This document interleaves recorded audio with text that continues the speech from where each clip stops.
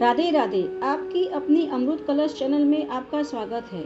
हमने श्रीमद् भागवत की कथा में पीछे देखा कि कंस नामक एक दानव के अत्याचार से सभी जीव त्राहिमाम हो रहे हैं। सृष्टि के सभी जीव बहुत ही दुखी हो गए और धरती का बोझ पाप से बढ़ने लगा था, जिसके कारण भूमि देवी अत्यंत दुखी होकर अंत में गौ माता का रूप लेकर ब्रह्मा जी के साथ पूर्ण पुरुषोत्तम श्री हरि की शरण में आए। सृष्टि में अधर्म और पाप का बोझ बढ़ने लगा था, जिसके कारण भूमि देवी अत्यंत दुखी होकर अंत में गौ माता का रूप लेकर ब्रह्मा जी के साथ पूर्ण पुरुषोत्तम श्री हरि की शरण में आए।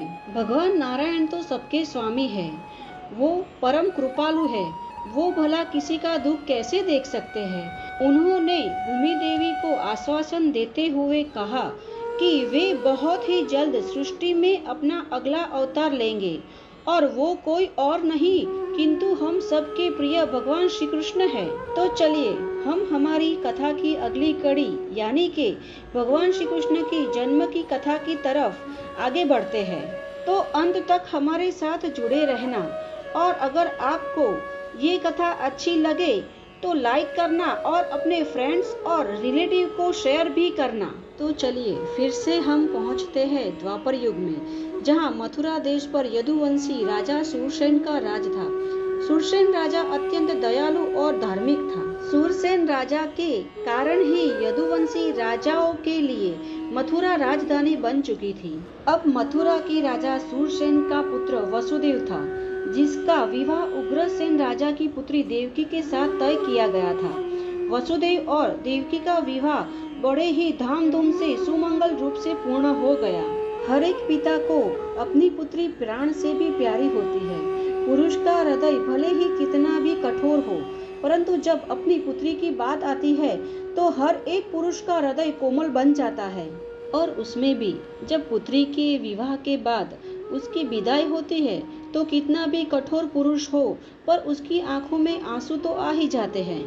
राजा उग्रसेन ने भी अपनी पुत्री देवकी को बड़े लाड़ प्यार से बड़ा किया था और ससुराल में अपने बेटी को कोई दुख ना हो, इसीलिए देवकी की विदाई के समय भी राजा उग्रसेन ने अपनी बेटी को इतने उपहार दिए, जिसमें सुवर्ण से सुशोभित अनेक रथ थे और साथ में सुवर्ण की माला से सुसज्ज किए हुए अनेक हाथी घोड़े एवं अनेक दास दासियां भी उनके भेंट उपहार में साथ में दिए गए। अब वो घड़ी आ ही गई जब अपनी पत्नी देवकी के साथ वसुदेव ने सबका आशीर्वाद लिया और रथ पे सवार होकर वापस मथुरा जाने लगे। और आप जानते हैं कि उनका रथ कौन हाँक रहा था? और कोई नहीं परंतु देवकी का भाई कंस था, जो उग्रसेन का पुत्र है। कंस अपनी बहन को बहुत ही प्यार करता था। प्रसन्नता पूर्वक से अपनी बहन को विदा कर मथुरा तक छोड़ने भी जा रहा था। विदाई के समय ढोल, नगारे, शंख एवं अन्य प्रकार के वाद्यों के एक साथ सुर ताल से अत्यंत मधुर संगीत उत्पन्न हो रहा था। कंस अत्यंत प्रसन्न होकर अपनी बहन और वासुदेव को मथुरा नगरी तक छोड़ने जा रहा था। परंतु ये क्या हुआ जो भाई अत्यंत प्रसन्नता से अपनी बहन की विदाई कर रहा है, उनका रथ भी हाँक रहा है। उसने ही अपनी बहन को कारावास में डाल दिया। अरे ऐसा क्या हो गया जिससे कंस ने अपनी बहन देवकी और वसुदेव को कारावास की सजा दे दी? ये हम जानेंगे हमारे आगे के भाग में। और हमारे द्वारा दी गई जानकारी आपको कैसी लगी है ये हमें कमेंट बॉक्स में लिखकर जरूर बताना।